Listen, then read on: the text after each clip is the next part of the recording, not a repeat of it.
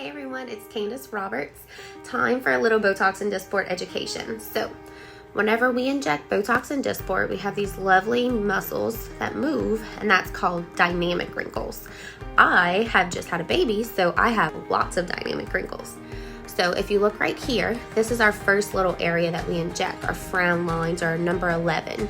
So this middle muscle is our procerus muscle. These are our corrugators on each side. So I inject a little bit of Botox or Dysport right there, and that'll lift that up.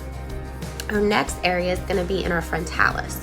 So naturally, whenever I do like this, it elevates. So whenever I inject a little Botox or Dysport, it can make things come down. So that's why we have a good ratio between the two to where we don't have any brow drops.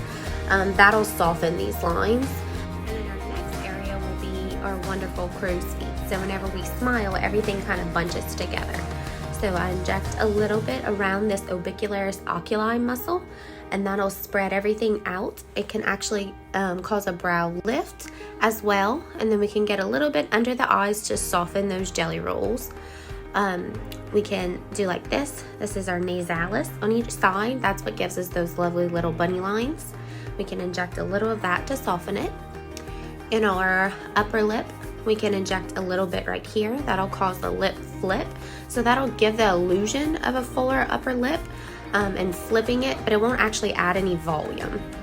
And then whenever we get real sad on each side, this muscle pulls down really hard. This is called your DAO. We can inject a little Botox right there to kind of make the smile happy again. And then if we do like this, that's called that orange peel appearance in our mentalis muscle. So if we inject a little toxin right there, that'll relax it, and it'll actually help decrease that horizontal wrinkle that we get.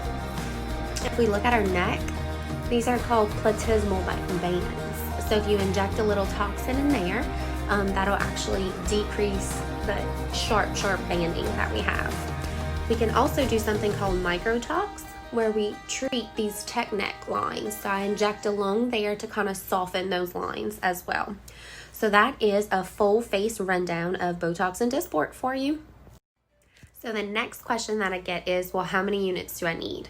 I can't just say, oh, everybody gets 20 units, everybody gets 60 units. No, everybody is different. We customize that based off of you, based off of your muscle anatomy, based off of, have you ever gotten it done before? Do you come every 3 to 4 months, or do you come once a year?